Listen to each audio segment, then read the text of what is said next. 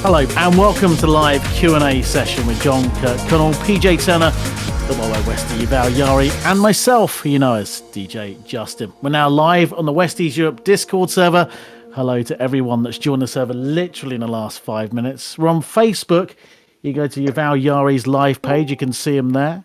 And also, we're also on the West Coast Swing page, and you go to West Coast Swing and click on the live. This is an audio-only live stream. There's no video. You should be naked in bed, you can be in a dressing gown, or whatever you want to do. There's no webcams here, so you're nice and safe. My biggest thanks to Andreas, who's been setting all the technical stuff up for this live stream today. And also to Toppy from Finland, who's keeping an eye on the Facebook and the YouTube, just in case there's a few comments there to read out as well. Now, before we start, we've got to do a bit of housekeeping before we start today, so you know how this Q&A will run. Now, if you want to ask a question, you must be in the West East Europe Discord server. And you can find that link to join on the Facebook event page. I think we're posting up on comments right now on Facebook and YouTube. And we can't take any submissions, as you see, we don't have the eyes to look at all the screens. So you've got to be in a Discord server. When you ask a question, please say your name, where you're from, and then your question. Yuval will then ask John and PJ to answer it. You can also message in questions via the questions here text channel, which is just below this. And it's the first one on the list. If you're asking a question, keep them as broad as possible, and we'll make sure it's not too detailed so the rest of the audience won't feel left out.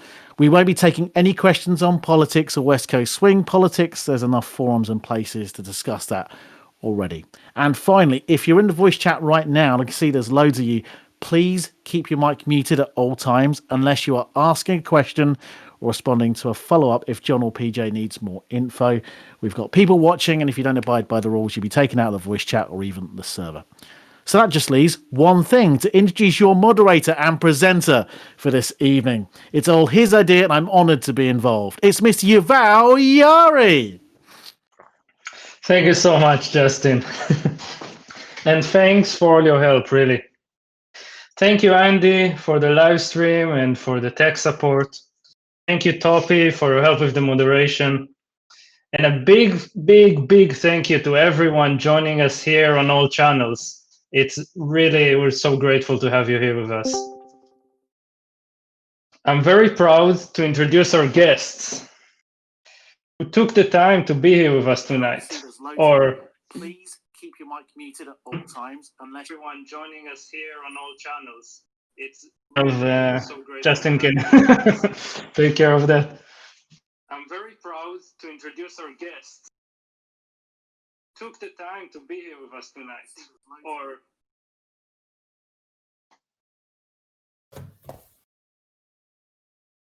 Thanks. Justin can take care of that. Okay. If you want to carry on, I'm muting people as we... Okay, sure. Sorry for that. So, without any further ado, let's introduce our dear guests for tonight. In the right corner, it's PJ Turner.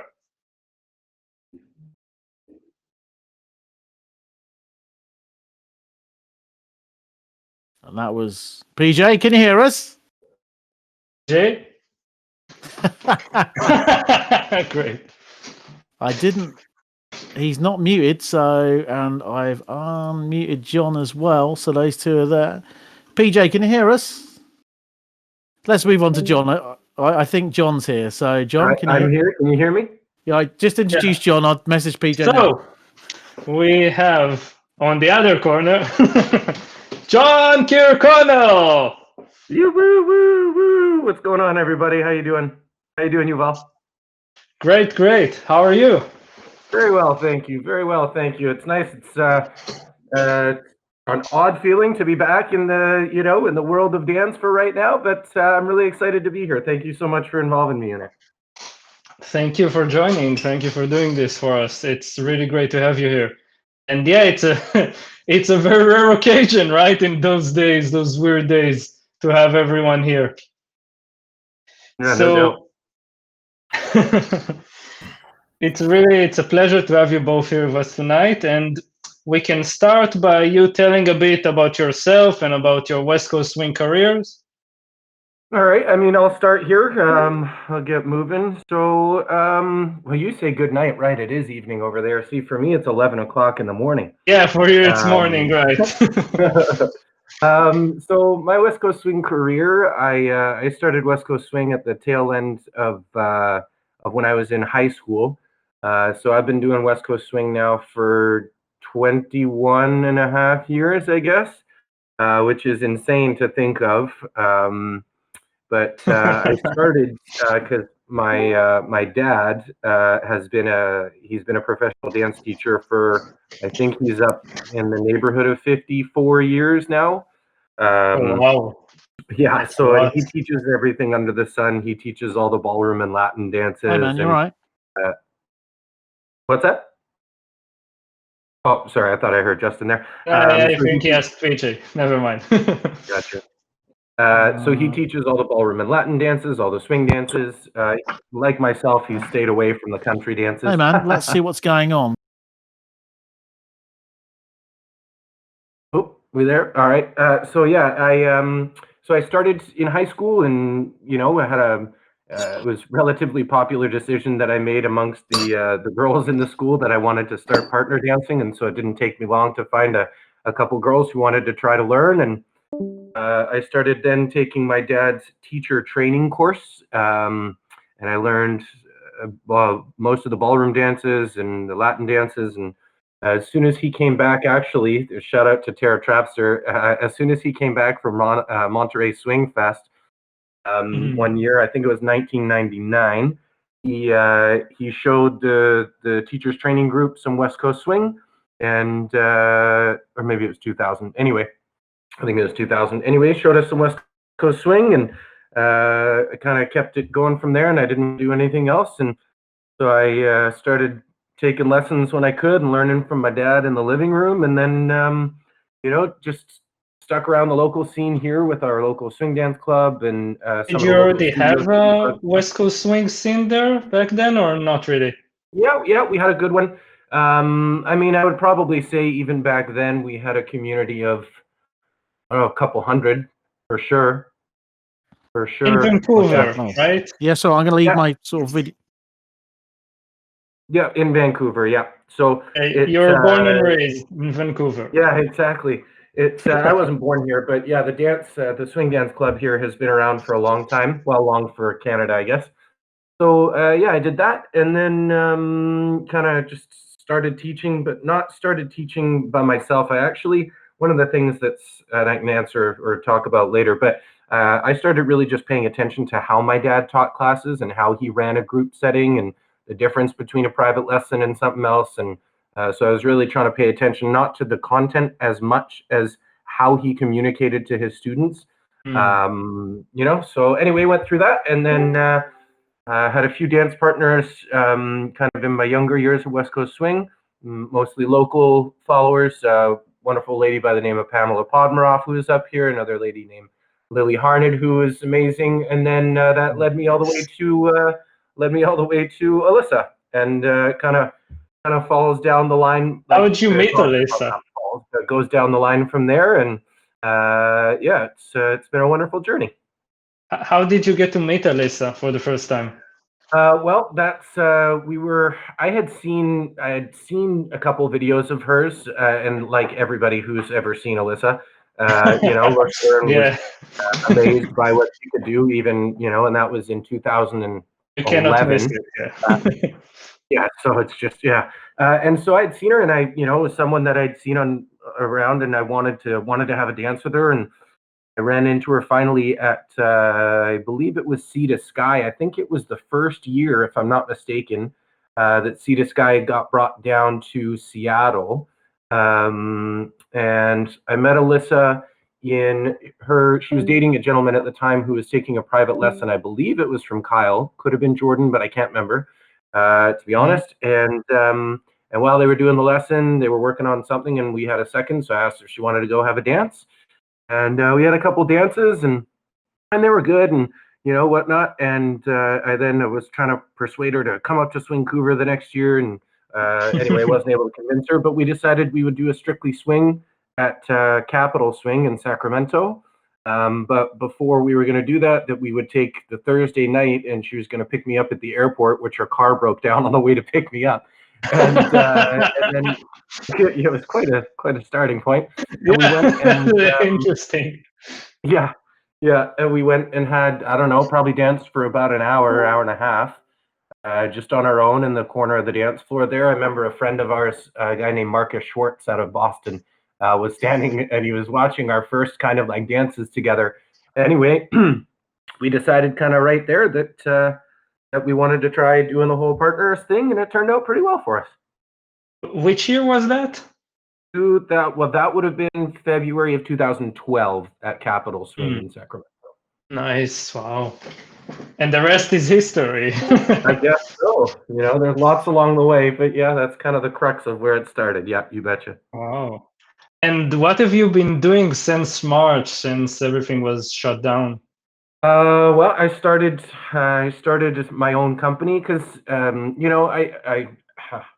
I hold in very high regard the professionals that are able and so committed to doing the online coaching. For me, I wasn't able to go down that road for a number of reasons, some a little bit more personal than others, but it's really hard for me to build up the energy that I want to share with people properly.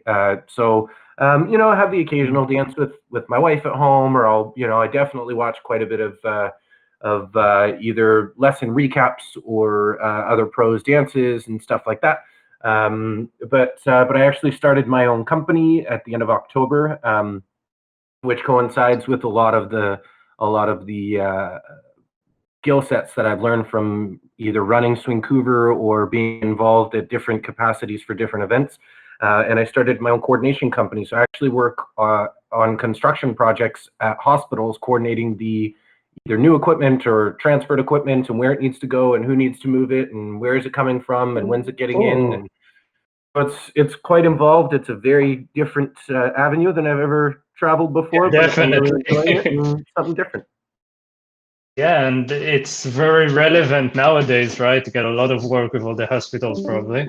Exactly. Yeah, very true. Does your wife dance too? Yeah, absolutely. She's a classically trained ballerina. She started in Lindy Hop years and years ago as well. She met like Nicholas King and Matt Ritchie and all sorts of people. And she used to dance with. She used to live in the Bay Area as well. And so she's an incredible dancer. She's phenomenal. Oh, nice. Momo says, "Congratulations for your new company." Thank you, Momo. Is PJ ready already? I don't know. Doesn't seem that way. Okay, so we'll just continue. John, we had first questions from the audience. I have a question from Roger from London. He's asking two questions. The first one is, hey guys, what are the best tips for people wanting to give West Coast Swing a go? Well, I guess, part of what it's all got to come down to, Roger, which, by the way, Roger, hi, how are you? Nice to hear from you. Tips for people who want to give West Coast Swing a go. Exposure to West Coast Swing is obviously, it seems to be globally the hardest thing, right? It's, as far as if they want to give it a go, I don't know what restrictions are in your area, Roger, compared to other places in the world. For example, if we lived in New Zealand, we could all go dance with each other with no masks on. But to give it a go, it really try to make it feel welcoming. I think one of the things that I would say helps to keep people wanting to come back is to make it something where they consider it a social outlet for themselves. And so, when they're first starting to come out to classes, heading out for a cup of coffee after, or tea, or in my case, beer or a glass of wine, and really trying to create that sense of community between individuals, I think is really important to try to get them to keep going. But as far as to get them to give it a go in the first place, it's really just about, getting it out for people to see. And whether that's little performances or whether that's, dances, big social dances that are held in a little bit more public place, that can be an option as well. Cool, great. These are really great tips. And the next questions from Roger is, for West Coast swing dancers that are already dancing, what things should they work on to make progress in competitions in each different division? Okay, so I mean, in a general sense, it's going to be a personal, individual response. I would say, obviously, from any pro that you talk to, I think you're going to get, a different answer. Maybe not completely, but anyway, you're going to get a different answer. I think one of the biggest things that followers, all the way into the advanced division, one of the biggest focus points is how they change direction. And so what timing sequence they're being asked to switch their direction. And so whether they're switching direction from forward to back or back to front or side to side, obviously that's a huge tool for the leaders to be able to ask those questions. But I think a follower, as they progress through their divisions, really needs to learn how that reaction works and how the backside hip responds to the opposite sided knee. And so how the bending of one knee to the response into the follower's hip, how that works. And so as far as a leader, as blatantly plain as I can be, and after 21 years of watching, it's still something where I would say, especially in those lower divisions, that timing is absolutely key. And as the dance grows, as it gets better, I would say one of the harder things, both for leaders and followers, is to be able to texture whether they want to accent their boom tick on their 2s, 4s, 6s, and 8s, or whether they're looking a little bit more for the melodic, swing through your 1s, 3s, 5s, and a lot of your vocal recognitions that'll happen at those moments. But I would say probably being able to diversify between those two. A lot of times individual communities, I find, get stuck one way or the other. And so you'll get certain places in North America that are very boom tick oriented as far as hitting that upbeat. But they have a harder time when something more lyrical and whatnot comes into a song, whereas a lot of places in Europe have a tougher time with the boom tick and the clack of the song, but they have a much better time with the body mechanic that goes into the melodic areas on your downbeats. And you would say it's probably because they're used to a different type of music. Absolutely, that plays a part in it. You betcha. Yeah, I guess you'd probably say they also need to get used to accentuating different things in different songs and getting used to new music, right? Things that maybe they didn't hear so much before. Totally, absolutely, spot on. Yeah, well, these were a lot of tips. You covered it like amazingly, really. Justin? Yep. I think Justin's trying to say something. Do you try to say something? Yeah, we've got another question. I've been personally messaged cool. this one. It's come through to my Facebook Messenger. Mateo in France. I've lost motivation to practice my dancing. How do I get back into it? I'll just put that on the screen for everyone to read as well. Yeah.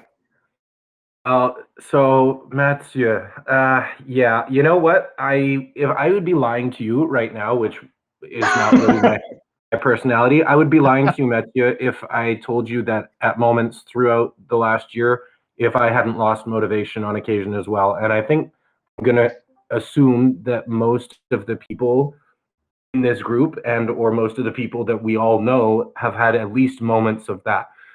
If you're finding that it's taking a bigger hit in longer periods for you, I mean, the biggest thing that I can say to stay connected is try it. How do I phrase this? Try to involve yourself. If you're losing a little bit of motivation to practice the dancing, try to involve yourself in some of the social aspects that happen online. As some of the time, that same movement, and you can't correlate that with a partner or anything like that. And again, I know everyone will always say, you don't have to have a partner. And that's true. But I would say try to involve yourself. There's certain things that'll happen online, whether that's, and again, to bring her up one more time, I promise she's not paying me, but like Tara Trapser does, either a weekly or bi-weekly fun history thing. And it's not even about dancing. It's about the connection that we have together, like as the people in this community. And I think that's one of the biggest things that we've lost along with the whole, whole not dancing at all thing, but we've lost that social aspect together. And so I would say also pick, some of the pros maybe that you didn't used to watch as much. So let's say you used to watch Jordan and Benji and Kyle. Well, maybe watch Sean and Courtney a little bit, or Maxime and Tori. I don't know. I'm just throwing out names and see if you can find some of the aspects of dancing that maybe you hadn't noticed before, and then see, maybe check out some of their tutorials and stuff that maybe they have online. But I would be lying to you if I said I also haven't had moments of losing motivation. Test. Oh, I believe Hey! PJ's joining us. PJ. Hi, PJ Turner has joined us. I was hoping you weren't going to be here the whole time, PJ. I mean, if we need to reschedule, man, I can totally reschedule. Go Yeah, guys, do you want to postpone it if we wanted to? Hi, PJ. Hi, everybody. I was going crazy on my pleasantries, and next thing you know, y'all was just saying, PJ, are you there? Are you there? And then all of a sudden it was like, all hell broke loose on tech stuff. So anyway. We were just coming off the back of a question, PJ. So we're going to go straight into the Q&A to keep it on track. Fantastic. And John was just answering this question. He's just finished it. He goes, Matteo, from France. He said, I've lost motivation to practice my dancing. How do I get back into it? And sort of John was covering a lot of areas and stuff. Is there anything you'd like to add? Well, John, I don't know really what all you have said yet, but I would lie if I told you that I've been motivated this entire time. There's been times where I totally, I have missed dancing extremely bad on some days, and other days I am extremely glad I'm home and I don't do a lick of dancing at all. And then I don't miss it. So at this point, the one things that I would definitely look into is, try to find what it was that you remembered about missing, or I'm sorry, when you really enjoyed to dance. What was it that brought that back? I mean, unfortunately, because of this time, it was the people, or it was dancing with someone, or it was the connection, or, sometimes we just have to find self-motivation and work on ourselves, which is obviously very difficult. No, everybody wants to be a part of a big, social life and social gathering. And sometimes it's really hard to work on our own individual self. And that's extremely hard. But that's what I would definitely look into as far as that is concerned, is find out what it was for you that you missed. What was it that brought you to dance? What was the enjoyment that you felt when you learned something new, or when you was going through a particular movement, or you love to dance particular songs? Find those things that you can definitely look into. Listen to that music that inspired you. Sometimes it just makes you feel like you want to move. So those are the things I would definitely look into first. Call some friends and have a kind of a buddy check in and say, hey man, just wanted to see, did you learn anything new this week? Did you do anything? Did you dance at all? Did you just play a song and move? Did you learn any kind of other styles of dance? And there's all kinds of opportunities out there right now, as far as virtually, to practice in your own living room, with those type of movements, and trying to find yourself in that mindset. Just trying to get something back like that is something that I definitely have been, into. I've been learning a ton over this past thing. So I've been working on a lot of my knowledge, not necessarily my own dance, if you will. That's something that I personally have been doing. And That's we've had Roger, who sort of messaged us via Facebook saying, could PJ answer Roger's questions as well that you asked earlier, Yuval? Okay, sure. Thanks, Roger. So, PJ, Roger's questions were, first, what are the best tips for people wanting to give West Coast Swing a go? Start with that, and then give the second one. Okay, so what are the best tips to give West Coast new people a West Coast swing to try to get them in? Is that the question? People wanting to give West Coast swing a go. Okay. All right. If people are wanting to try, what are tips to try to encourage people to start West Coast swing? You know, I would ask them, you know, if they enjoy being around people. Do they enjoy music? Do they enjoy, you know, social? Do Right. they enjoy partner dancing? Do they enjoy, you know, I would try to find what that person is, what they're like, what are their likes in their own life, and then try to associate West Coast swing to some section of their life. You know, that's something that I would definitely try to do. Have a conversation with someone Mhm. and just stating, hey, you know, this is so great because this can help you inside of this part of your life, or this can help in this. And if you're an introvert, oh man, we got tons of introverts. If you're an extrovert, man, we got a ton of extroverts. You know, it's just it's a really cool way to try to get to meet new people, create a new hobby, you know, and enjoy being around others.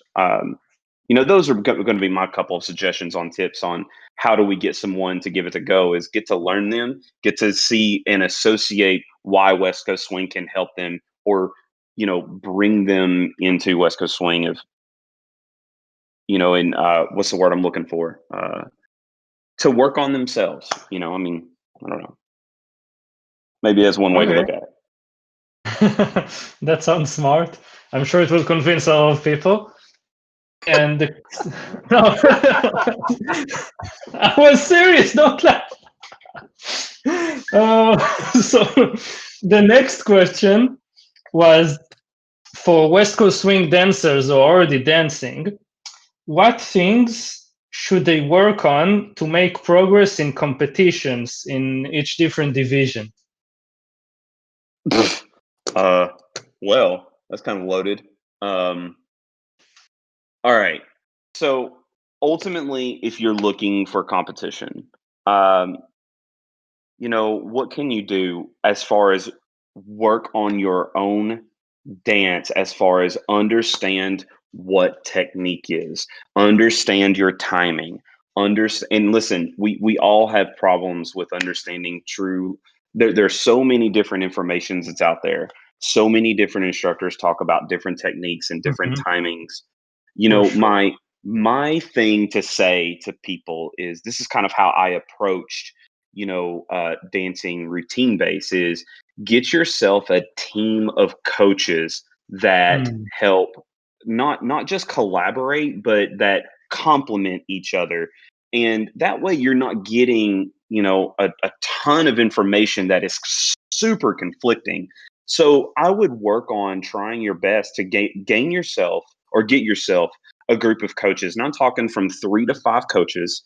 Again, that's all very complementary. So I have my coaches for performance. I have my coaches for technique. I have my coaches for, um, you know, for understanding uh,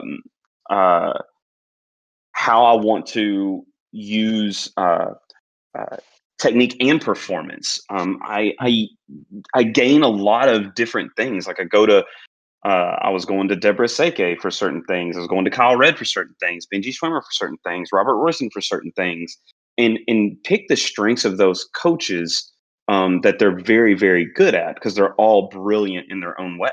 But you know, use those guys for your own dancing, so that way you can help improve on yourself. And ultimately, like you know, we say competition. What can I do to help myself in competition? Well, you know, to me, that's a loaded question because, you know, what judges are you going to have in that competition? You Yeah, know, what's going true. to make that judge happy? Like, I mean, the thing is if you're happy with your dance and you're happy with how you're improving, if your partners are happy, you know, you're already winning in that book. Like, you don't need a first placement to prove that. The first placement is, you know, a cherry on top. Don't get me wrong. Everybody wants to win. That's why we compete. But you know, I mean, the concept there is to me, godly, like get yourself a group of coaches, work with those coaches, work on yourself, work on your tech, work on your timing, work on your musicality. These are all things you can do individually to help improve yourself that should, in theory, help you improve inside of competition. Nice. Well, that was really deep. It's like it reminded me of what you told me back then in Krakow when we did this interview, and I asked you, "Will I ever make it out of novice?" Do you remember this one? Oh yes. Everybody wants to get out of novice, and unfortunately, it's the freaking hardest division in the world because that's where everybody starts, and it's hard. So I mean, I totally understand. Mm-hmm. I've had another Yeah, question but come in. it helped Oops. what you said back then. I've Yeah, another question go coming from ahead, Europe. Justin. I've had another question coming from Europe. But before I ask that, is there anyone on the voice chat that wants to unmute and ask PJ or John a question? You've got these guys here. This is a heck Hold of. on. I have to bring this up to PJ really quick. Hey, No. PJ. Oh no. On the, Yeah. on the left side, you'll see everyone's name who's in the chat with us. Yeah. Okay. Yes. There's someone Yes. whose name has, I don't know if they did this on purpose, but if they did, I'm dying laughing here. They have, their screen name is Mintu. Oh. It's a real name. But you know why I find that not funny at the name, but Mintu is the liquor in Finland, is it not? That Finland. PJ, that we had a great time hanging out with Mintu? Yes. Oh, nice. And Mika, Mintu and Mika, The that same dude. person, yes. Oh man, Mintu. Toppy's Yuck. on the channel. Can you confirm this or not? Yes, I'm the same person. Toppy's officially died by the looks of it. Toppy? Mintu is saying she's the same person, guys. Perfect. Okay. All right. Well, look at that. That's funny. I understand. It's awesome. It's a great name, Mintu. As we've got no questions coming, we'll ask this one from anonymous from Europe is what they put in my messenger. Anonymous in Europe. Okay. It's Go not even a ahead. controversial one.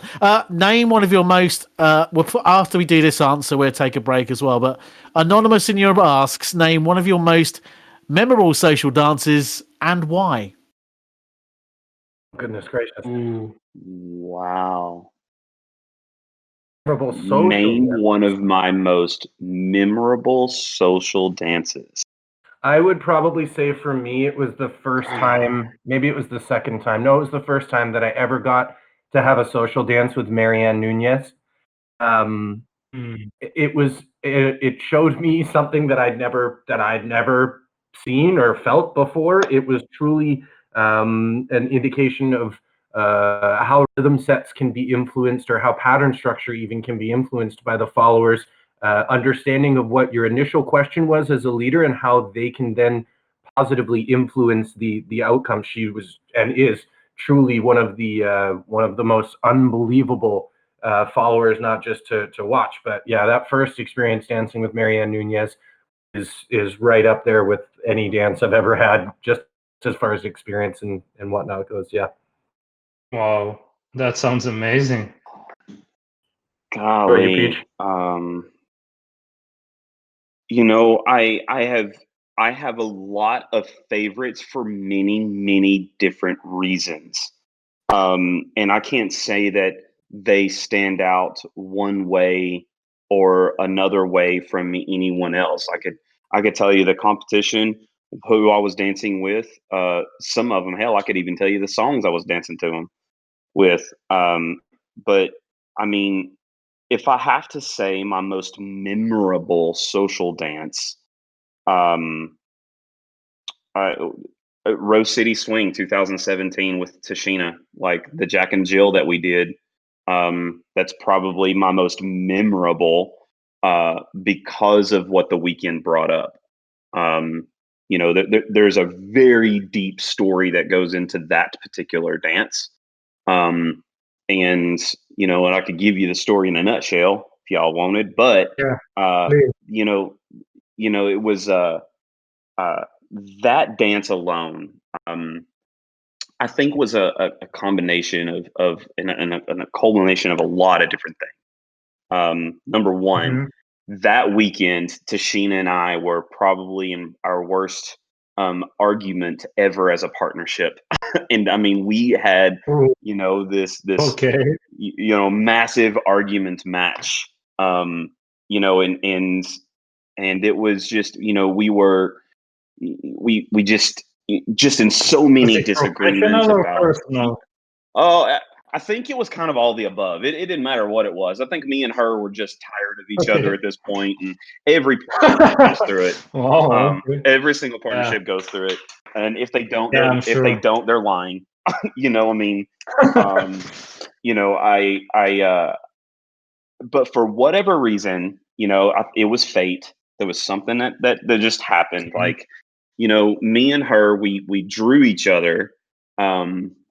And it was How did you feel at that moment, by the way? when I drew her name, Yeah. uh, not the happiest, if you will, but it is what it is. Like I'm very, and this is all in the moment. Listen, this is all in that moment. Yeah, of course. I love dancing with the girl. She's amazing. And so, but at that moment, I was like, man, why does this happen? I felt, that our classes didn't go good. I felt like, our just our click was not good. Like we just did not in sync the whole weekend. And man, we got together, and I mean that dance alone, the moment we just connected, it was like, okay, it I think it was us just calming down. It was us thanking each other through our bodies, through our movement, and we created something that was just beautiful. And I have to say that was probably one of my more memorable moments, I have to say, over my career, in a lot of different ways. And man, after that dance, we received this particular type of applause, and it just it's kind of what we just did, and it was brilliant. I loved it. I loved the moment. It was just me and her on the floor. I didn't care about the audience. I didn't care about my peers. It was just me and her, and I focused in on her. And I think that was a big thing for me. It was a big learning lesson for me personally that, pay attention to your partner. It's pretty simple, but sometimes we forget that. So I love her to death. I miss her dearly. And yeah, that's probably my most memorable moment. Oh, that's a really big one. So there's something you learned a lot from. I did. I learned a ton from it. And again, that's not taking away from all the other amazing, incredible dances that I had. But if I had to kind of boil it down to one, then I would say that's definitely in my top 10. Oh, wow, that sounds like an amazing story. I think that's a good one to take a break with, right, Justin? Absolutely, Sandras. If you're listening, you need to mute the live streams of Facebook and YouTube so don't get kicked off those platforms. And this song is brought to you by Swing Couva, or Swing COVID, I'm told, John, 2021, and Atlanta Swing Classic 2021. Is it true you're calling it Swing COVID, John? Yes, we did go with Swing COVID for this year only. And next year, I think it'll probably be Swing Cougar 2022 The Cure, I think is what we're going to go with. Swing COVID is over, hopefully. That's brilliant. Okay, we take a quick... We're very politically correct here, okay? Welcome back to live Q&A with BJ and John. That's Justin not watching his decks properly, and for a DJ that's really bad. The really strange thing is that there's a timer on Facebook saying I've got 20 seconds remaining, and a timer on YouTube says 34 seconds remaining. So I think we'll carry on. Yuval, back to you. Okay, thanks, Justin. So the next question is something I want to ask you guys. As you're both EDs, both have your own events, I wanted to ask you if they're coming back next year and everything's okay, because I know a lot of events got hit by COVID. So I want to ask where are things standing? Want to go first there, Peach? Well, yeah, I can go first. So my event, Atlanta Swing Classic, is held in October. Normally, we're the first or second weekend of October. And this year, let me give you an opinion first. Let's leave Atlanta Swing Classic out of this.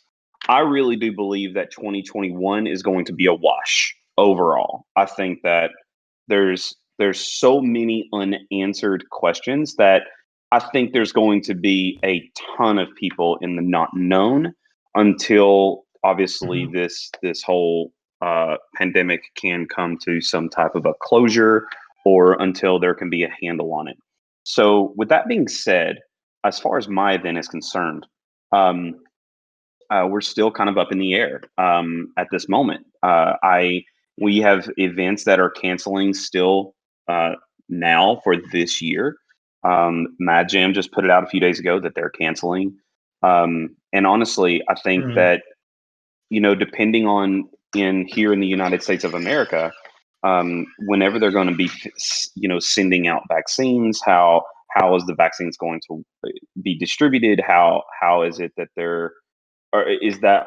is everyone going to be able to have been vaccinated by late summer, early fall? We just don't know at this moment. So because of that, I got a feeling that most events this year, again, this is just my personal opinion. This is not a professional opinion.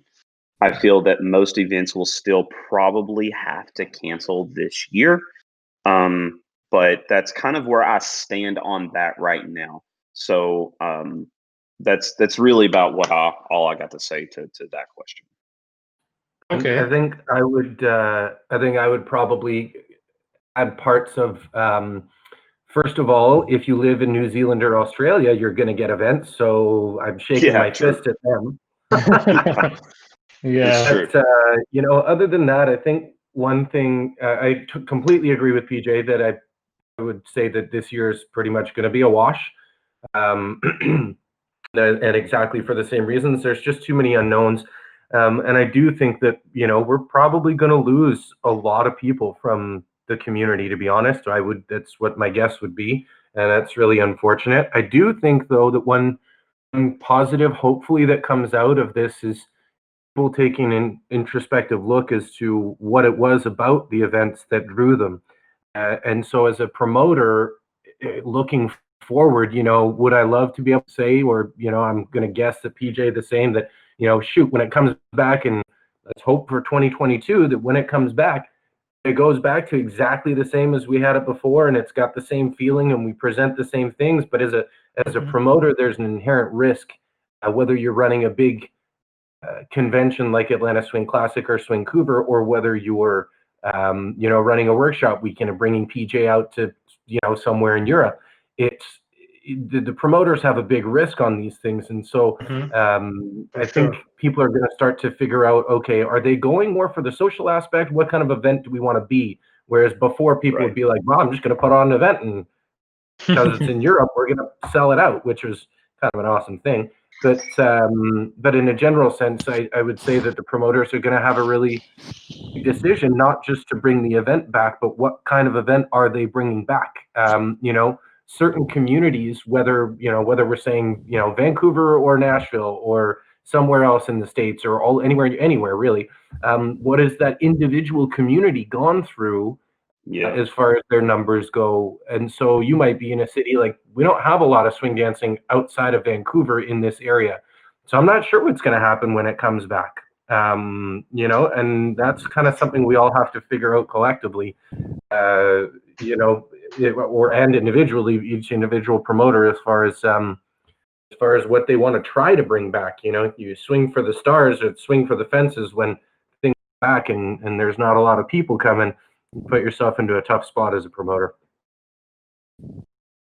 For sure. It's like no one knows what's going to happen, and it's really hard to tell. But at least, we can at least hope. But yeah, I feel you guys. Definitely. Yep. Before I ask my next question, I just wanted to check, is there anyone here who wants to ask a question? Judging from for that the silence, live Q&A. you can unmute and actually ask. Something just random here, because I got a notification when I woke up this morning from a memory of Swingcouver last year, and it was every year after Swingcouver, for those that can stick around and want to and whatever, I organized tickets to go see a Vancouver Canucks hockey game. And so last year there were 3 of us that went, because there was 2 people, 2 wonderful, wonderful human beings from the land of Sweden. Andreas Danielsson and Claudia Bear came, and they stayed around for 3 days after the event, and I got a picture. And not only did it remind me obviously of the dance event, but we were in the hockey stadium with like 20,000 people. And so there's a bunch of mixed emotions that come up where you're like, at that point, COVID was already going around and we didn't know, but we're all there and we're all out screaming at the hockky game. So just another layer to miss, Golly, Go Canucks. Back at the days when you could be together with 20,000 people at the same place. So hell, the day you could actually hug somebody too. Oh God. Yeah, man. Wow, I can barely imagine that, But let's be positive. Come on, let's get back to positivity. Okay. That's We have had a question, and they're very insistent I ask it. Decipher asks in the text. Really, Decipher, you're going to want me to ask this. Do you think, this is 2 pros, and this is a question you come up with. Do you think that the amount of West Coast Swing babies will increase during 2021? That's not a wind-up. That's what's been asked. Oh, I'll tell you what, I would probably, wait, shoot, you wanted me to be positive. I was going to say, I'll tell you what, I bet you the amount of babies will go up at the same rate divorces go up, I don't know. For some people, it is positive, but I'll shut up now. Yeah, maybe. I don't know. I mean, we've seen a couple already, but don't necessarily think we'll see a huge correlation. I think when it comes back to dancing, I think based on probably the first 5 or 6 conventions that happen, we might see an uptick in babies right after that. Wait a minute, time out. Are we talking about, let's clarify something. Are we saying that West Coast Swing babies are newcomers, or are we actually talking about physical, actually gaga goo goo babies? What are we really talking about here? Like pacifier in your mouth, like bottled milk babies. I think an increase of little curtain climbers all going around the place. Absolutely. Do I think there's going to be some newcomers definitely coming in? I mean, I think that's going to depend on how much local communities are going to advertise, like, hey, you've been cooped up, now let's do a new thing after the shit goes away. So I think that there could absolutely be a incline of West Coast Swing newcomers in 2022 when we come back from things. I do believe that, yes. How do you think we can do that? Actually, you brought up a very good point here now, PJ. What do you think we should do in order to gain more people than we lose after this whole thing is over? I mean, honestly, it's just about revamping, about looking into what we do as a local community. This is the West Coast Swing. It does grow, from national pros, from international pros, but the core of what grows West Coast Swing to me is your local professionals who's out there trying to train, who's trying to get their local community. It really falls down to me on local pros, regional pros, reaching out, gaining some type of community so those communities can come together, develop a good little West Coast Swing area. Then that starts to grow and grow and grow.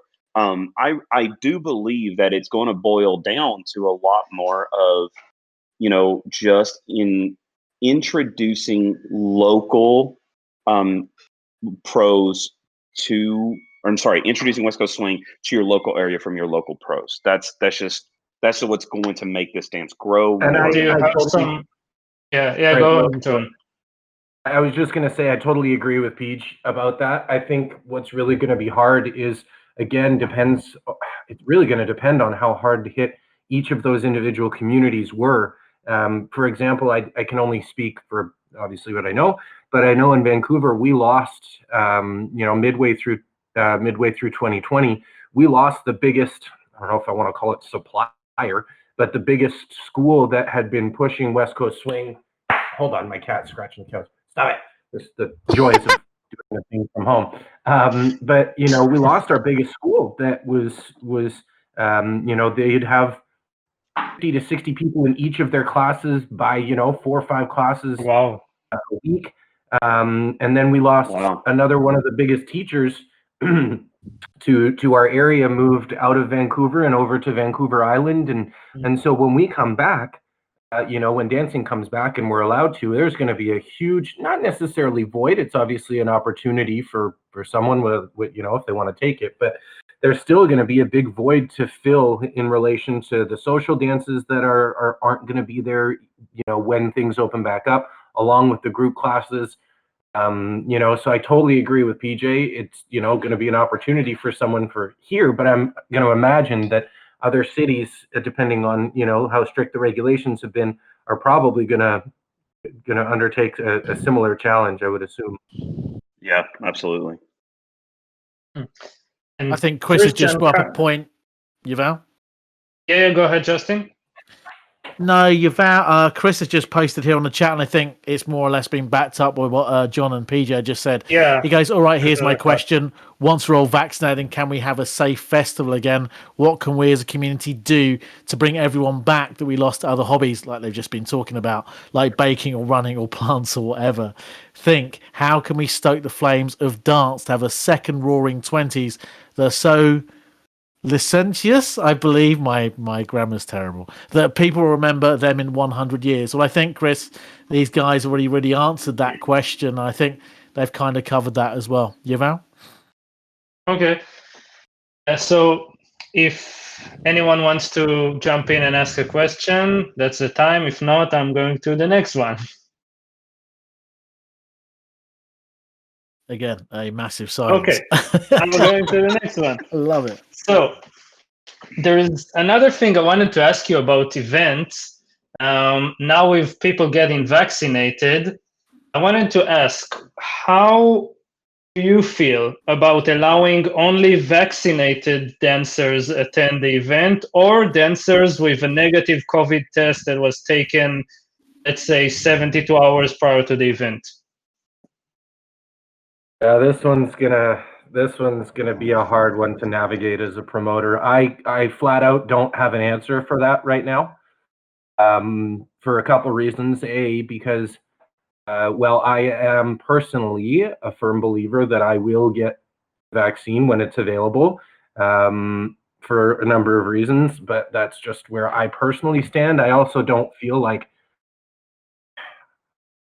hard to make someone do something, but you could say, like, sorry, if you haven't had a negative test or you're not vaccinated, we can't take that risk.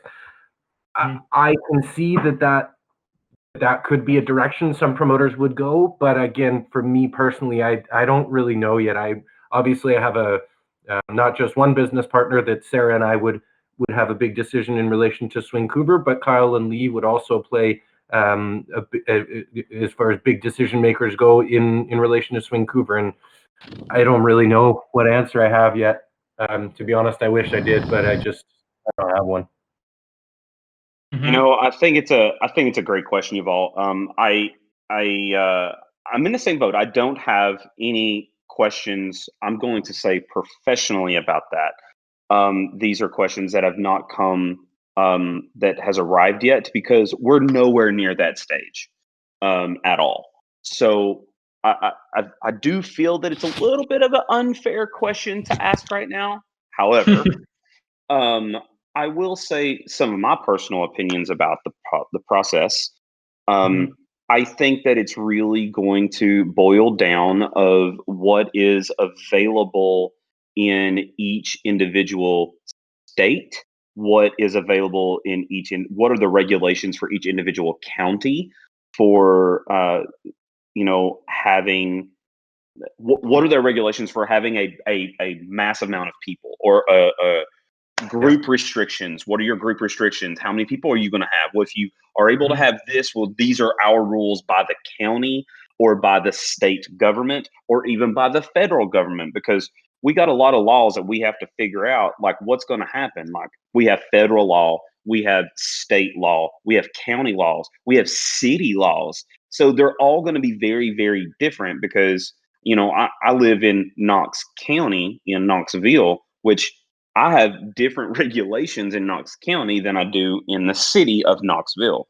So, I mean, that's kind of crazy when you figure out those type of things. Like, that's going to be a very, very hard navigated road. However, I also feel that, let's just say, for instance, there has been people who have ran events during some times of this, whether that has been in France, whether that has been in Arizona, whether that has been whatever. And because people have been doing something,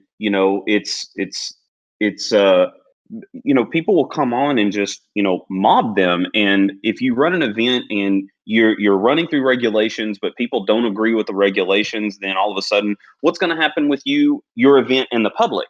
Like there's so many unanswered questions here. Again, that it's just a little bit of a unfair question because we can only look in a crystal ball right now and speculate. There's going to be a lot of opinions but truth be told, we just won't know yet. So there's my long-winded personal answer to your question. I've got one come in. Go on, Yuval. Yeah, it's okay, Justin. Go on. I've had someone call themselves Germany. They didn't give a name. They just put their location as Germany. Hey guys, I'm a big foodie. Wanted to know what your favorite food is okay, you have to list a lot here. What your favorite food is in Europe, Asia, USA, don't upset John, Canada, and also favorite drink or beverage as well. So all right. there you go. PJ and I can spend 45 minutes on this question. I totally can because I have been cooking. I'm a cooker now. Let's go for Europe. I think that would be the best one. I mean, I could tell you as far as all the places I've traveled, the food even though it's not in Europe, the food in Japan is just unbelievable. It's truly incredible. But as far as Europe goes, wow, my mouth is watering now that I'm thinking about all this. Thanks a lot. As far as food in Europe goes, make sure that you order from Lisa Graydon. She has wonderful cakes and new brownies available. No, I'm just kidding, man. She does though. But anyway, shout out to Lisa Graydon. Really incredible stuff. I think what stands out to me more so is as far as the things that are cooked in Europe tend to be cooked with a lot less oily, I guess, or different oils are used than in North America. It seems like. But I'm a big fan of trying some of the oily. What's that? I said they're a bit less oily than the US, but exactly.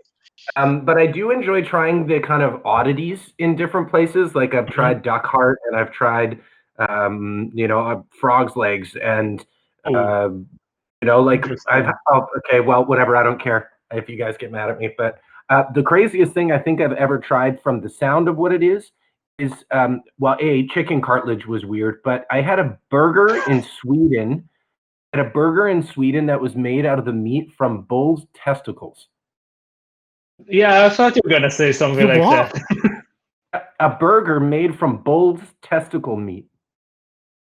It tasted really good because that sounds awful. Was really freaking good. I'll be honest. I'm not even gonna lie. Yeah, but Justin, you're from the UK. There, the food is anyway awful. Like for you, everything would be good, I guess. You know what? As he said it, I actually can't disagree. Unless someone listening in the UK wants to disagree. Yeah, the food is pretty bland and crap here. Oh wow, that was awesome. Okay. I may regret that comment, and I've probably lost my entire audience in the UK now. I love you lots. Never getting home in the UK ever again. Oh, man, that is awesome. Okay, PJ, you're up. Okay, well, unfortunately, I have never been to Asia, so I can't speak for there. And John, I'm super jealous about how many times you've been over to Asia and about how you've been able to have those experiences. So hopefully one day I can get over across that side, that pond, and test things out. Um, you know, I could tell you my favorite foods, like from each individual country. I don't know if I could tell you what I have an absolute favorite from this place. I mean, there's nothing like pierogi in Poland. Like pierogi in Poland is amazing. Oh God, yeah. Yeah, that's great. I mean, damn, you get whether you have a full meat or vegetable type pierogi, or even if you have a dessert pierogi. Oh my God, it's just incredible. Mhm. Um, True. so there's so many foods I love over in Poland. You go to Hungary and it's just super And comfort you get and hungry. Uh-huh. yeah, yeah, you get hungry because it's very hearty comfort food. I love the paprika there. Like you get to you go to Germany, and it's I mean you get the schnitzel. You go to the breakfast in Europe is amazing everywhere. It don't Yeah, matter it is where really True. you good. go. True. You go to France. I mean, I remember this little bitty, tiny little restaurant in Lyon, France, that me and Tashina ate at, and they had the absolutely best duck, and the pan sauce, the wine pan sauce, was incredible. Oh my God, it was just Duck for breakfast. yeah. Well, I wouldn't say for breakfast, but like it's France has its own like very amazing way of cooking. You know, in the UK, if I had to do something in the UK, like I would definitely eat bangers and mash. I freaking love bangers and mash. Shepherd's pie. Go to In Scotland and Sweden, eat they the have. haggis. Have you ever tried Skagenröra, PJ? Doesn't ring a bell. All right, we'll work on that. Okay. All right. Skagenröra. So as far as my favorite drink is concerned, I mean, obviously you go to Germany and it's the beer. You go to if I'm in Sweden at all or Finland, I'm definitely going to go with Lonchetto, not Oh Mintu. yeah. If I go, Sorry, Mintu. if I, if I'm in France, I'm definitely going to have wine, whatever. So I think there's really interesting places. I will say probably the best food overall, like that I've had that I loved. Believe it or not, and this is not sucking up at all, but was Israel. I Ah, found the best food ever. And it didn't matter if it was a burger, it didn't matter if it was shashuka, it wouldn't matter if it was whatever it was. My daughter went with me the first time, and everything we had was absolutely incredible. Completely Um, agree. and so that's probably, if I had to be a foodie, I would definitely go to Tel Aviv, and or hell, even up in Casadia, up top. oh, And it's just nice. You even pronounced it correctly. it was incredible. And going up to the North Israel, where was that at? Well, I want to say Did you go to Nazareth, maybe? no. It's where the Bali Gardens are. Ah, in Haifa. Haifa, yeah. Oh my God, so good. Yeah, the So food in it's just Israel is definitely anyway. That's out of this my world. thing there. Yeah, I could only agree. um, we have a question from Nir here. He's asking, Ah, how Neil. do you think the next US Open will be in terms of amount of classic showcase competitors, mostly new or maybe more old couples? Um, and what about you both? Are you planning or thinking of new routines in your future and with someone specific maybe? Or you already had it all?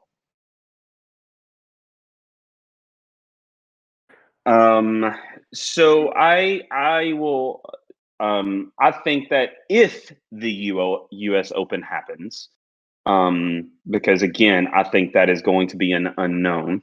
Um, Mhm. I uh I think that there are still a lot of people that can't dance. They can't meet. They can't meet up with choreographers. They can't meet up and dance together. Um, I I think that there are going to be a lack of couples at the U.S. Open if it happens this year. Mhm. If it does happen, um, you know, I could look at this two different ways. I could say, well, damn, everybody is if it's go time, everyone will want to be doing something if they feel comfortable to go somewhere. And that's going to be a thing with the public overall. Like once the moment that everybody gets the green light to go, if the public feels good and okay, each individual person feels good to travel, then you're going to see a massive influctuation of a lot of people at your events. So I think people will go out, they'll practice, they'll go do their thing. And the U.S. Open could be huge, or it could be absolutely, tiny, little, bitty, small. So I feel it could go one way or the other, just depending on how you look at it. And how about you personally in terms of routines? I have a lot of songs that I would absolutely put a routine to. So I think that's something that I'm going to look into to the future. We just have to see what happens. And you Yeah, have pretty no much. specific partner in mind? Sorry, John. I don't know. Sorry. I got you. Me and Tashina still talked about doing some things together. This pandemic has put people in a very different place in their lives. Mhm. I mean, honestly, I don't. We're just gonna have to see how time plays out because if I have to, and there may be a couple months down the road, I may have to go get a full-time job. I mean, I just don't. I don't know. When are events going to come back too? And so many events in 2020 lost so much money because they had to refund people. They had to pay all the processing fees to refund people. They had to do this. So now there's a ton of events that's in the hole. I know this is not really part of the question, but where am I going to be during that time? Honestly, this is the crystal ball question again. I don't know. I hope that I get this continue, and I plan on continuing to do this as my professional career for a very long time. I do plan on that. But you just kind of have to roll with the wave right now and just see what's going to happen, and I'm taking each day at a time. I'm taking each week at a time to see where we're going to be. So that's kind of that's my take on this right now. So I want to, yes, I want to continue doing everything that I've been doing. Yes. But we're just going to see how time plays. Yeah, I think PJ hit the nail on the head with that again. I mean, in relation to the next Open, and the chances could be, let's say the U.S. Open, for all intents and purposes, does happen. Yes, happens in 2021. There's a good chance it'll be the first event of the year. You know, True. I mean, who knows, right? Like PJ said, crystal ball. So it's possible that the U.S. Open could say, no, we're going to push through. We need to get the Open in. The Open is also a culmination of the work of the rest of the year. Of these other big events that people have gone to, and whether it's Mad Jam or whether it's, Boogie by the Bay or whatever the event is, and whether that's in Europe and getting those runs and being out in front of the audience and doing that kind of stuff. And so as far as this coming Open, I think, it would be on the smaller side as far as couples go. And there's, again, to kind of dive back into like what PJ was saying about his local community versus the city of Knoxville versus the county and different stuff like that. Well, we're still like in Canada, it's not just, oh, can I go down to the States to go to the US Open?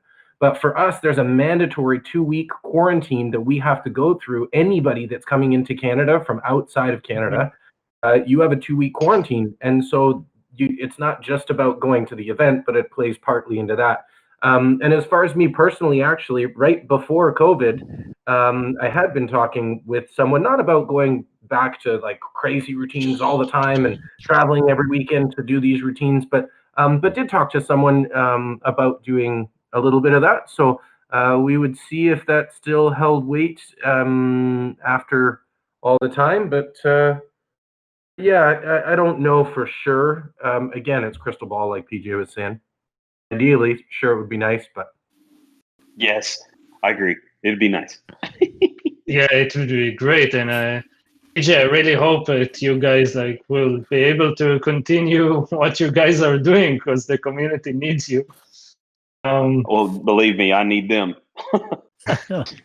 And I really hope that we'll see an open end event soon. But yeah, as you said, who knows what's going to happen this year? And yeah, John, you put up a really good point. Like if the whole year is not going on, and then only the US Open is the first event of the year, yeah, probably it's not going to be as big.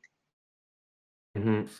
And John, you did say something I fell to, which is about the Open is not just about the U.S. It's about the Open. It's about the world. And you're exactly right, man. Like, what are going to be the travel restrictions?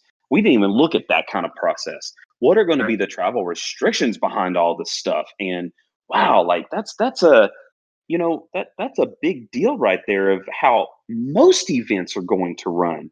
So I think you're going to see, this may have been a question you guys talked about before I come on, but how events are going to, how are events going to start promoting and how events are going to start to do this? Like, I think that there may be a brand new rebirth about how we start to do West Coast Swing again.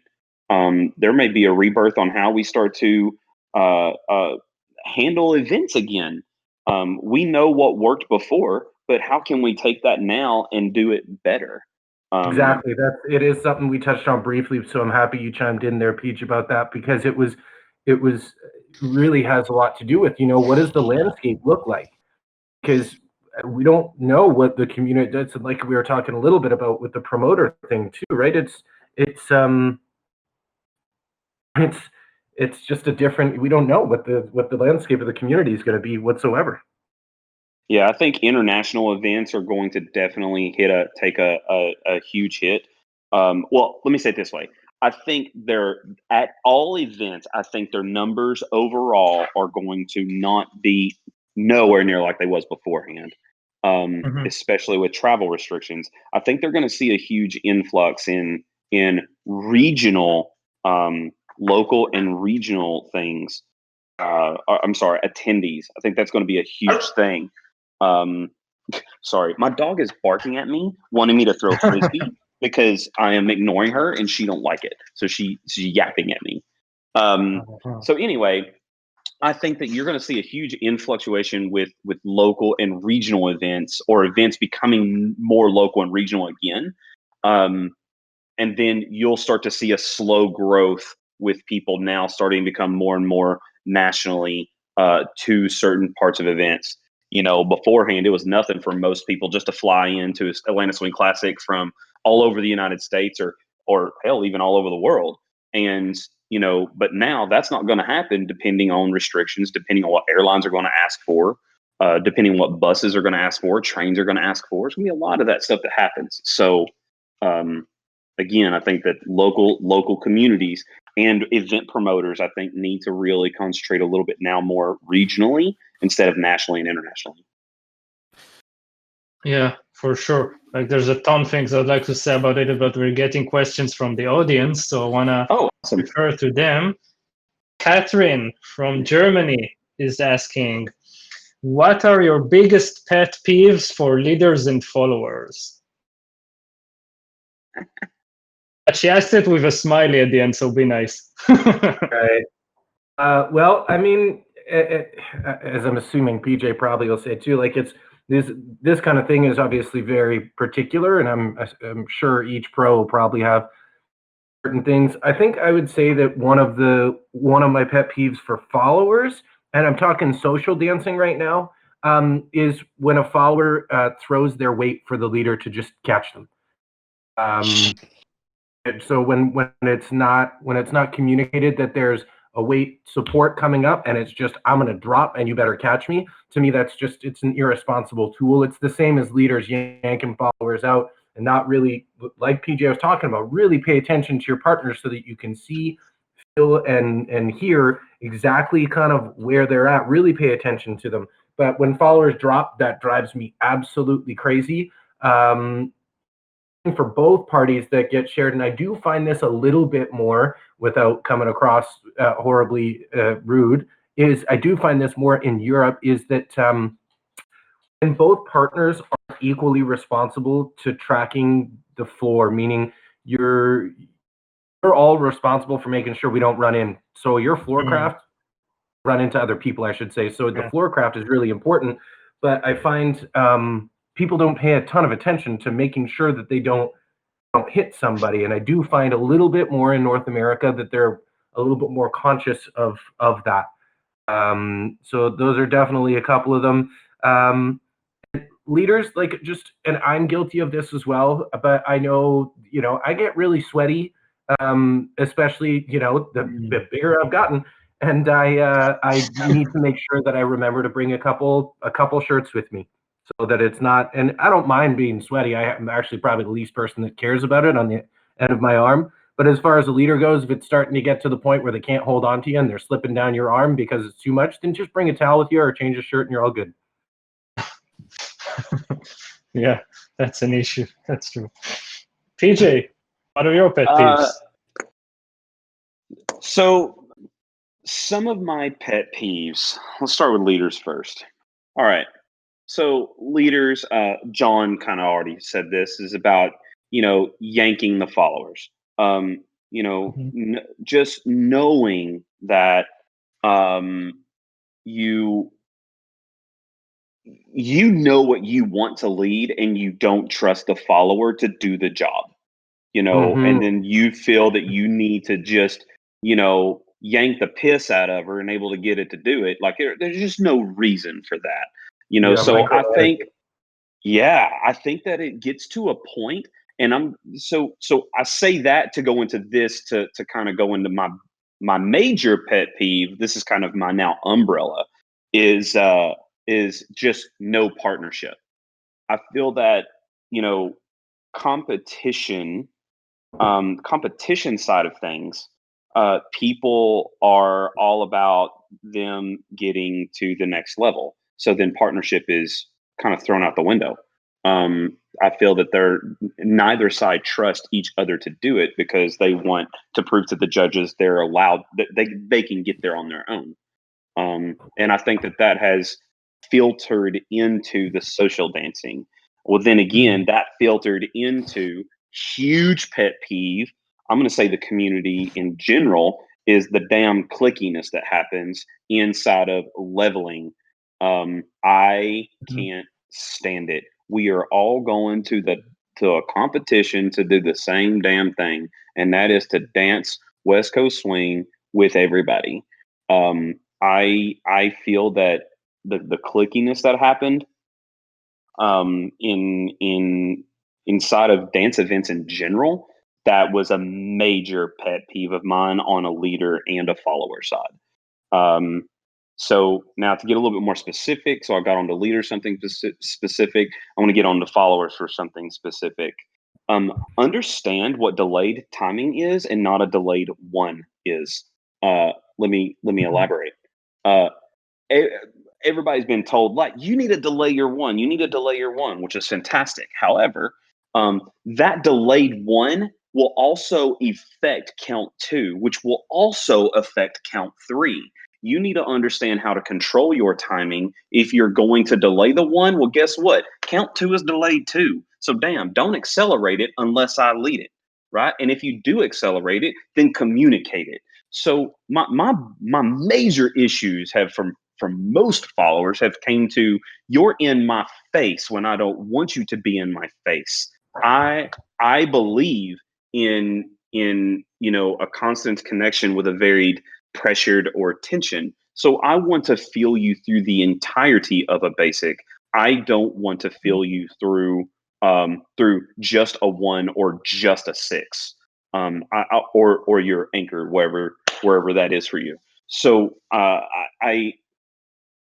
those are some of my major pet peeves. When you're dancing with someone, don't try to impress them. Try to gain their trust. That's for kind of everybody. I feel that happens quite a bit with pros. Is people dance with pros and they try to do a lot to impress the pro, and I'm like, I'm not going to be impressed like by what you're doing to me. I'm going to be impressed like, how did you treat me? I don't give a damn what you're capable of. I just want to dance with you, especially when we're social dancing. I'm not working. I'm social dancing. That's what I want to do. So do that. Oh, I'm that's a going to big go one. ahead and just add one thing here is, and this is a competitive nature thing.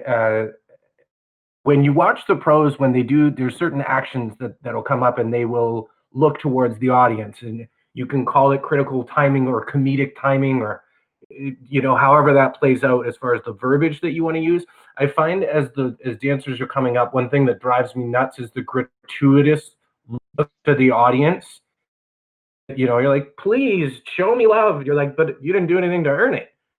Just being on the floor, sure, we all deserve to get that respect, that people are going to pay attention, all that jazz. But I would just say that the gratuitous looks to the audience for those moments need to be earned, So it's definitely something that catches my attention on a relatively often basis in relation to competitions and stuff.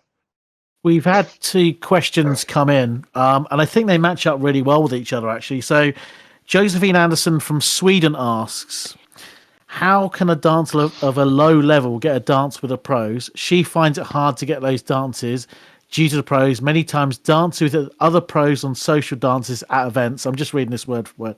And then leaves the floor. Then Michael Gotzi has actually asked in chat, PJ mentioned dancing with everyone. How can we encourage people to be more comfortable dancing with others of higher, lower skill levels? So they kind of link up with each other. Nice. I mean, that does lend itself to some of the stuff PJ had talked about already in relation to clickiness, and that's regardless of whether it's a pro or if it's we can use that term vaguely as far as pro, right? Because pro doesn't really elicit a level of dancer, which I don't know if we're talking more so about someone who's just a professional or someone who's, let's say, a champion, whatever you want to call it. But in a general sense, I think one of the things I'll address, and this is not an excuse, but I can speak from personal experience, is man, the pros always dance together. And you may see that for, let's call it an hour and a half at a dance. You may see that with a couple of the pros. I can speak for myself when I say that, at least back when we were dancing, for the most part, I never saw any of these pros. And so, if I were to go and have 2 or 3 dances with, I don't know, Fabienne or Emmeline or Nini or whoever, would say that, try to make sure you go up and ask them. And if you're not comfortable asking them, now you might go, well, they're always dancing with someone. Try to dance next to them. See if you can catch their eye. But don't stalk them around the floor. But yeah, I mean, I wouldn't say that there's a cut and dry exact answer for how this would play out, but definitely don't stalk them around the floor. Okay, so yes. Listen, everybody, ask, what's the worst thing that someone can say? No. Is that a personal attack on you? No. That's just meaning maybe I have been dancing for the past 2 hours straight. I may want to take a break, or this happens all the time. I got so pissed off towards, leading up to the pandemic. I was actually, a little bit more of pushed away from social dancing, just because, like, I mean, I had somebody block me from going to grab my cup of water. And the woman blocked me from my water to say, "Oh no, I was next." And I'm like, "Look here, woman, back off." Like, I had that happen too, Peach. And the event director was actually right there, and I said, "This is the reason that why most of your pros don't come down here to dance, is because they're hoarded, or they're like." I know that wasn't the question. The question actually overall is, PJ mentioned everyone dancing. How can we encourage people to find comfort in dancing with higher, lower levels? But the whole goal here is, again, ask somebody to dance. And if you ask them, then, and they say, give me 3 songs. And great, in 3 songs, be available. Someone is actually giving you that for a reason. Like someone's come to me before, and I will, if I tell you 3 songs, I mean 3 songs. That doesn't mean go off and dance with somebody else. And if you ask somebody else, screw you, you just lost your time. Or if someone tells me that, I'm going to make sure that I am there in 3 songs. I do believe that, you need to stick by your word. If you're going to tell somebody, stick by it. I also believe that people need to be very humble. And I'm talking about higher level dancers here. Higher level dancers needs to be humble. They need to treat each dance, with trust, where they need to treat every single dance as if you're there to make that person's night. And then learn from that. Learn from them. There's always something I'm learning on the dance floor, especially on the social floor. It's been my greatest teacher of all time, has been the social floor with everyone of all levels. I am there to dance West Coast swing. You got all night to dance, right? And that's where that's at. So I think everybody needs to have a little bit of humble pie and dance with everybody on the floor. Period. I think we're going to look to wrap up after these next 2 questions. One from Heidi in Seattle, which is a really nice one, and one from Chuck Brown. Cool.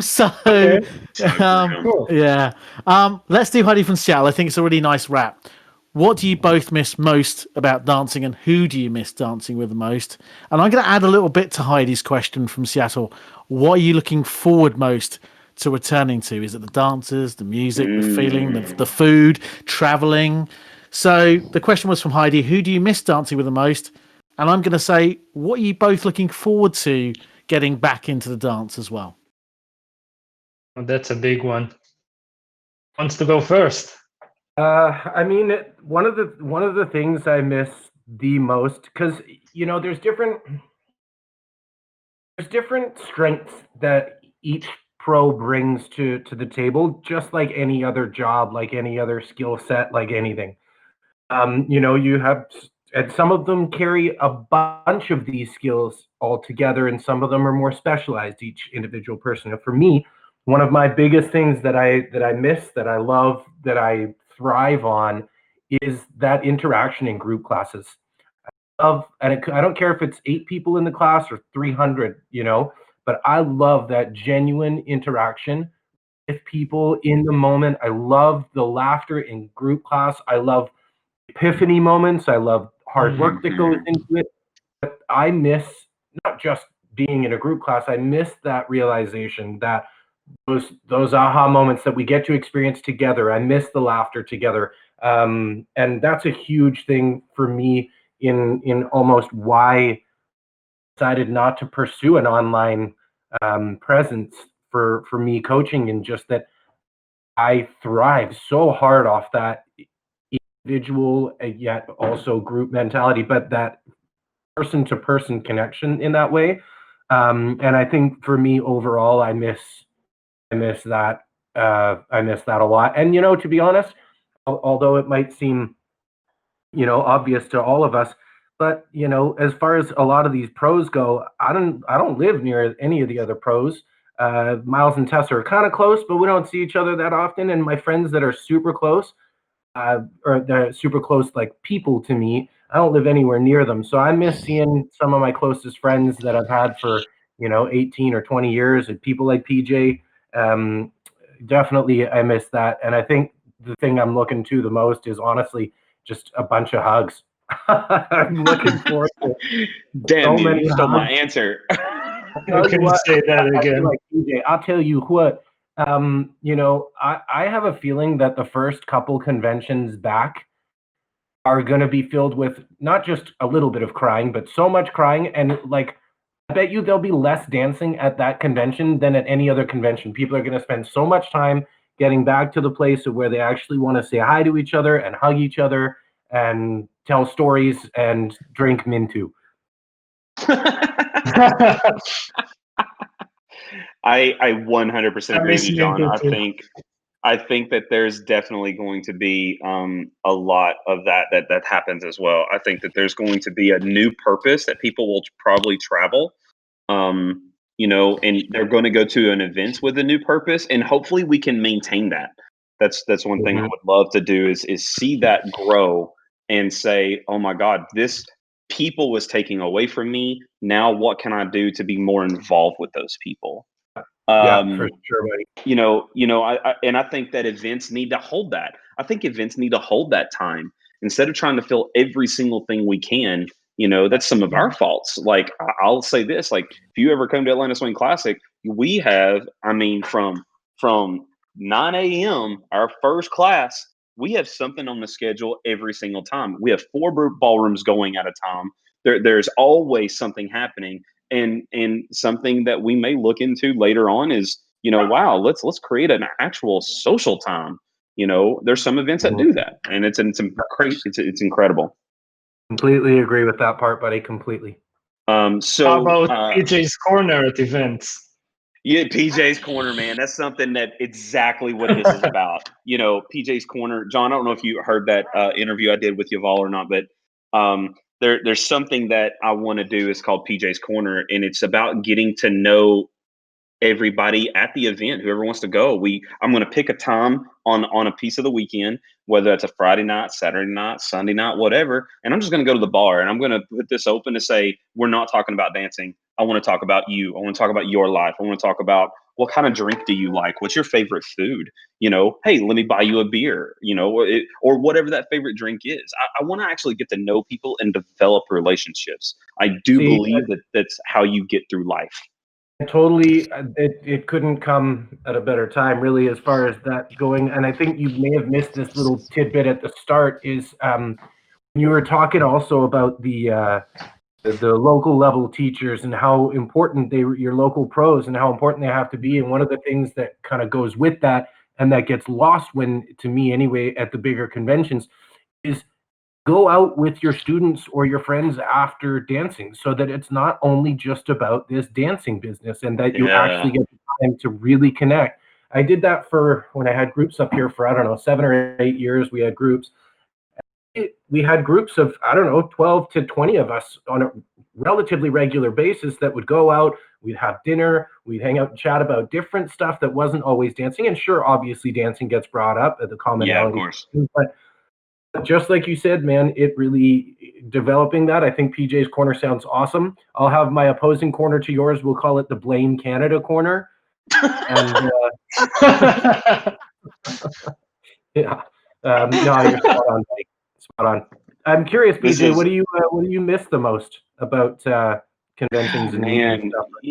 I honestly, there's been so many things that I've kind of thought about this particular question over a period of time. Like, what is it that I actually miss? Believe it or not, I miss people overall. I have my own little things, like you said. We all have our strengths and we all have our weaknesses, but I'm such an extrovert, and I recharge through people. I need to be around people. I miss I need to interact with people. Thank God that I have my wife and my 2 kiddos that I've been able to interact. Because I'm going to tell you, if I've been on my own this whole time, I'd have been a mess. But I really do, just in general, miss people. I miss traveling. Believe it or not, I do miss getting on a plane. I miss getting on a plane. I miss the adventures of getting lost in an airport or getting lost in Europe. How about PJ, when we got lost last year in at the end of Switzerland, it took us like an hour and a half to find a movie theater. Wow. On those little rider scooters. We're the worst travel buddies ever. It's those little things. It's those experiences. That's what I miss, I think, the most, is the people and the experiences that I got to do. And please don't get me wrong, John, I totally agree with you. I desperately miss teaching overall. I miss coaching overall. I miss those boom moments, if you will. I miss the socializing. I miss the dancing. I think all of these are of equal value to what I miss the most. But I do miss the people, and then everything that comes with that. The experiences that I get to do. That's what I definitely miss the most. I miss my practice time, with my buddies. I miss practicing with Tashina. We had some really great times, and again, developing experiences and developing, your skill set. I miss training. I miss going. I was training 4 times a year with Robert Royston. I would actually travel to New York and go train with him, and I miss my friend. I miss my mentor. You're exactly right, John. I miss my peers. Spending those quality times with my peers has been amazing, and I miss that desperately. So, not to talk about negatively about this, but I do miss this. I miss those are the things I really do miss most, about having kind of all the shit kind of stripped away, and now we get to rethink about how we can bring that back and do it better. So yeah, that's kind of where I am on all of this. Who do I miss dancing with the most? Not the single. I do miss dancing with my peers the most. I will say that. Not to single any one particular person out. I don't really want to do that right now, but I miss all of them. I do, for their own reasons. So there you go. Yeah. I definitely miss all of just being around the peers like that and getting a chance to just feel a little bit of that triple step. Yeah. We're finished on this one. Oh, go on. Sorry, John. Carry on. Great wife. Well, she's I don't know. She's just lucky. Yeah, I guess. Justin, do you want to read the question so everyone can hear it? So the question that John was answering. So Chuck Brown from Oregon. Don't know who he is. Why is PJ? Never heard of the guy. Why is PJ so bad at foosball? I'm going to put in a question for Miguel as well. He said, Miguel says, have you improved your shuffleboard skills, PJ? And then obviously, Chuck asked, how did John find such a great wife? So, Yuval, I'll leave you to sort out the final question for me. I have no idea how to handle this one. Go ahead, guys. All right. So ultimately, I played foosball a lot, so much when I was a kid, and I got pretty good at it. So challenge is out there. Have you ever played against Chuck? Oh yeah, I've kicked his ass. Like, Chuck sucks at foosball. But don't play Chuck in table tennis either.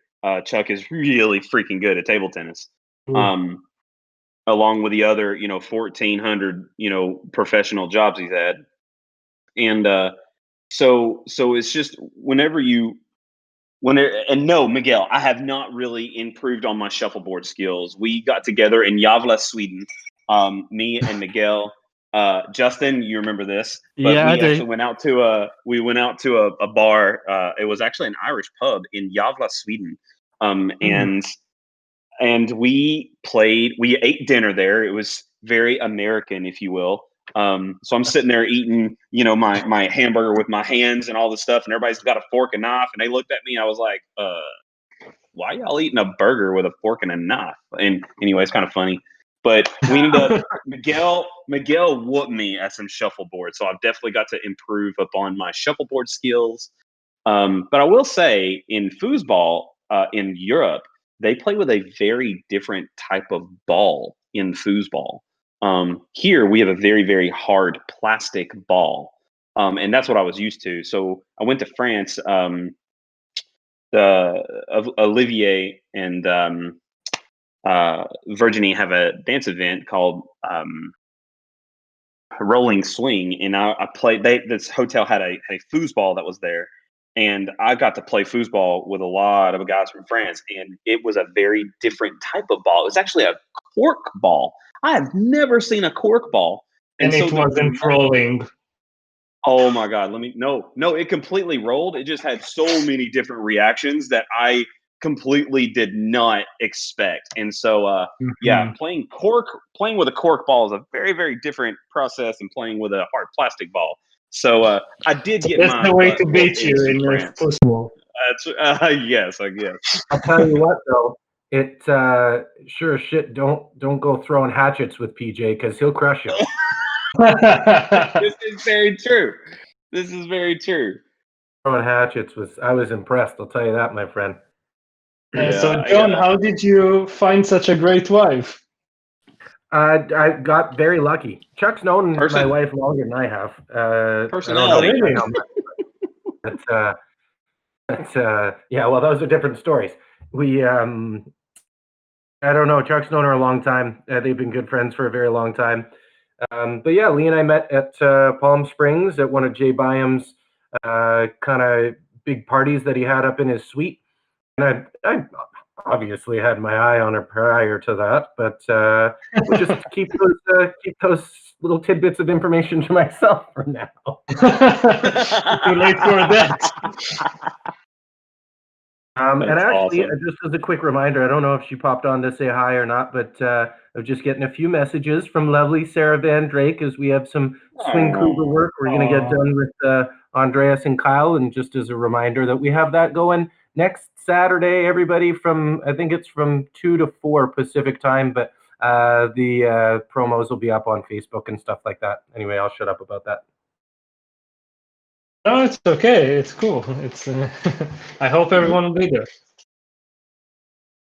And I think, are we going to wrap it up now, Yuval, or do we have any other questions? Do you want to do the last question from Basti? Do we have time for that?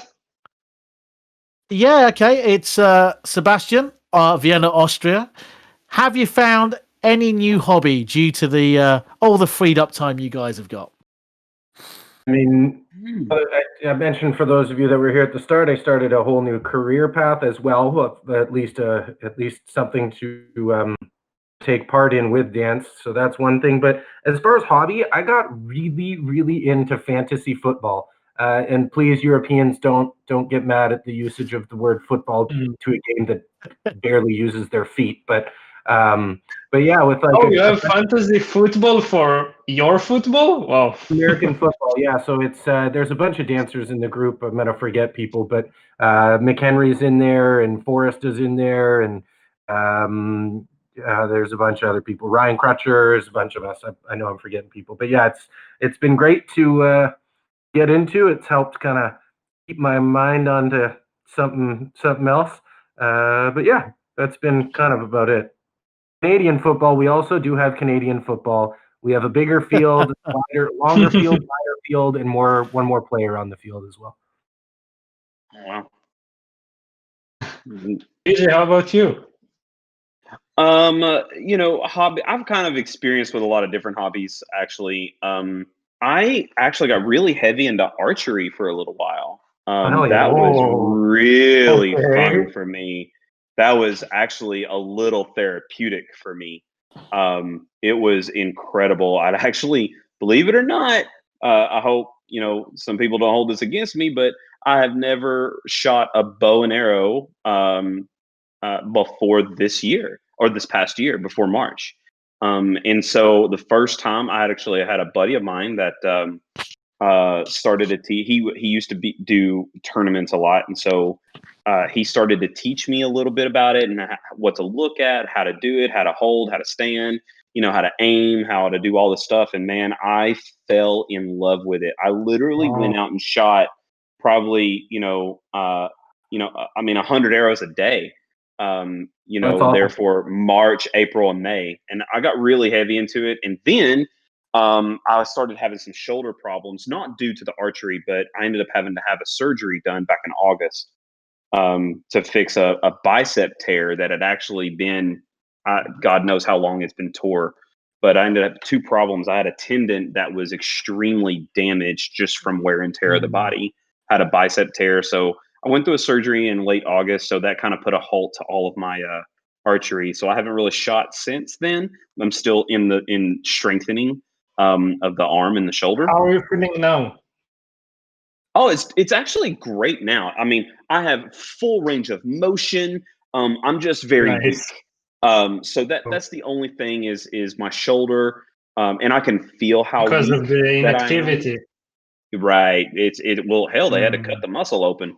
So when they cut the muscle, it's just taking time to heal, and then you just got to regain its strength back. So Yeah, I got into bowling a little bit. There's been times where I've been actually able to go bowling, and they're very, very restrictive on that. But I could only go a few times. But I started to getting into darts, so I bought a dart board. I put it up in my garage, and so I've been able to play darts for a while. That's been awesome. No doubt. Yeah, and a lot of Nintendo Switch. They've got some new games that came out. So Assassin's Creed, Zelda, all that kind of stuff. I've been playing the piss out of that stuff. So I'm slowly but surely getting into playing the harmonica, and when I say slowly, I mean I've touched it twice. But Oh, okay. next time you guys Nice. have next time you have me and PJ on there, I'll play some harmonica for everybody. It's a like, deal.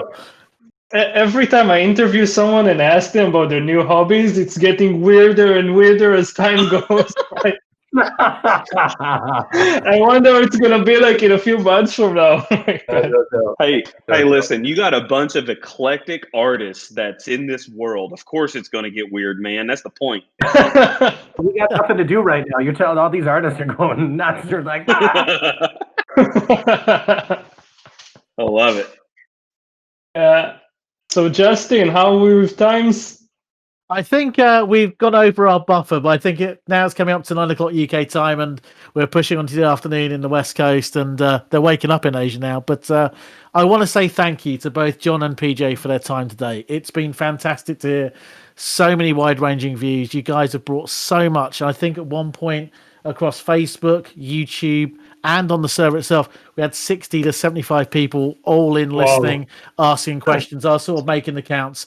A huge thanks to Andreas and Toppy and Yuval for putting this idea together. Without you guys, we couldn't have done this, and I want to thank you. But particularly to John and PJ, some of these insights have made me laugh out loud. Some of the stuff about how you say you're missing stuff. So I want to say thank you to both you and John for giving up your time for free today and letting us involved. I'm sure everyone on the server and across YouTube and Facebook appreciate that. I know. Thank you guys. Thank you, Justin, and it's been great to really appreciate being involved. So I thank you for thinking of me to have me around, Peach. It's been absolutely wonderful to get a chance to even catch up, at least on this platform, for a little bit. Miss you, buddy. Yes, that's same here, John. I miss you dearly, man, and I miss our times. I miss our beers together. We're gonna give each other a hug, and then we're gonna go have a beer. How about that? Oh, yeah. Yuval, is there anything you want to say to close off or not? Yeah, I would just like to say thank you, PJ. Thank you, John. Thank you so much for your time. It was great for me. Like, really, I enjoyed every moment of it. And thank you, everyone, for joining. Like, it's amazing support we got here. Thank you so much for this. I miss everyone. I miss events. I miss seeing you guys. Really. And listen, I would love to do this again. This has been a huge thing for me. This boosts me mentally, and it boosts me. So I appreciate everything that you guys do. That's enough pleasantries. I know we say thank yous and love yous and blah blah blah, but yeah, I would love to do this again if you guys would have me back. I think what we might do, Yuval, I agree. We definitely might, yeah. I think we might just have, instead of just having two pros on, you guys have shared so many interesting stories that I didn't know about, that maybe we bring on 3 to 4 or 5 pros, which should be fun to control all you guys, and see if we can get some to see if we can actually organise chaos and see if we can do it. But I think we're looking to do this monthly. Yuval and I have been discussing it, and once we get the technology sorted out, definitely, we're definitely be looking to do it. Going to play some music in the next 2 or 3 minutes. Has anyone got any final questions before we go? Because literally we're wrapping up. That would be a big fat no then. PJ, I have a question for you. Okay. What is your favorite memory and or story for you and I? Oh, good. Wow. I have one in my head. But I'll let you go first. I honestly, like, me and you, I'm not gonna lie, dude. This past year at Zurich was awesome with me and you staying together and on that last night and getting lost in Zurich on those damn bikes, and then my bike broke down, and we ended up having to buy a cab and take it the rest of the way. The cab couldn't find us at first either. But buy a cab? Did you buy?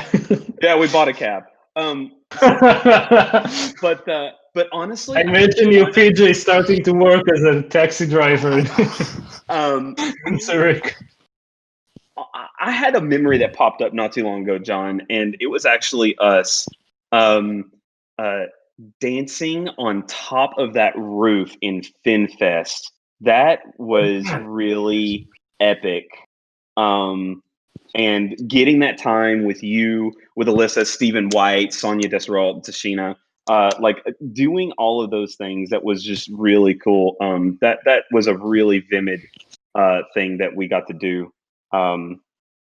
God, WOTP talks that we've had at the dance event outside, and yeah, dude, like we ended up a couple of years ago. It was at the resort, and me and you sat out on that little landing and just had a freaking cool discussion about our takes and some views about some of our theories and concepts, and that to me was just a huge quality time of me and you together. That first, where you mentioning the space in Finland as a little note to the story for everybody. We're all I think it was the 10 or 11 o'clock workshop. It was early-ish in the day anyway, and PJ was teaching with Tashina on one side in one ballroom, and Alyssa and I were teaching on another, and the fire alarm went off, and everybody had to leave the building, and we took all of the students back and around into the parking lot on it was kind of a rooftop, but not that high. Anyway, whatever. And we all did a combined workshop out in the parking lot. It was amazing. It was incredible. It was amazing. And PJ, one of the other ones that stands out for me is in 2015, I was about 3 weeks away from getting married, and they had as WOTP tends to do, they have a costume contest. Not a contest, a dress-up night. Like a lot of events in Europe, all over, they have their dress-up nights. And the theme, if I'm not mistaken, was 70s. Well, PJ looked amazing, and he had this crazy awesome suit, and he did, well, but I'm getting married in 3 weeks, and I want to take part in it. But I wanted to take part in it by shaving my facial hair into this really awesome, like, 70s style mustache or whatever. And PJ's goading me on. He's, you gotta come on, you gotta shave this. And I'm like, I gotta call the wife. So I had to call Lee. Well, she wasn't the wife yet, but I had to call Lee to make sure that it was okay. And PJ ended up shaving a bunch of that beard for me. Anyway, it was an awesome experience. I shaved the pork chops on your face. I sure did. And John, did you ask her whether she'd still marry you without a beard? Well, her biggest thing was she just needed a guarantee from me that my facial hair would grow back in time to enough of a beard that it would be okay, and that I wouldn't look like I was trying to do a 70s, porno or something. It was so great. God, that's so right. Oh, I love talking about these memories. Yeah. Oh, man. Hey, FYI, questions for Yuval and Justin to ask your future pros. What is the best memory that you guys have together? Oh, I'm already coming up with a format. I'm blown away by these stories. I've got a whole new format for you, Yuval. You're exactly right. And then we're going to ask them what are their best memories from PJ and John. Yeah. Oh, yeah. Well, look, I think those memories, and what an awesome question to ask, John. Thank you very much for asking that. That was a brilliant way to finish. Yeah. And I want to thank everyone for joining us. And I don't want a hex squeaking in the corner, but it's hilarious. But anyway, that's my dog. Sorry. Oh, okay, fair enough. I just thought someone was having sex with a squeaky toy. But the fact of the matter was thank you very much for joining us. We're going to wrap this up now. Thank you ever so much, John and PJ. And yeah, definitely, we'll do it again with more people, more chaos, and definitely way more story. Yuval. Thank you so much. Thank you, everyone. And yeah, that's it, I think. If anyone wants to add anything, it's now or never. Thanks again. Have a great day, guys. Take care, everyone. And I'll just play some music out. Take care. Bye-bye.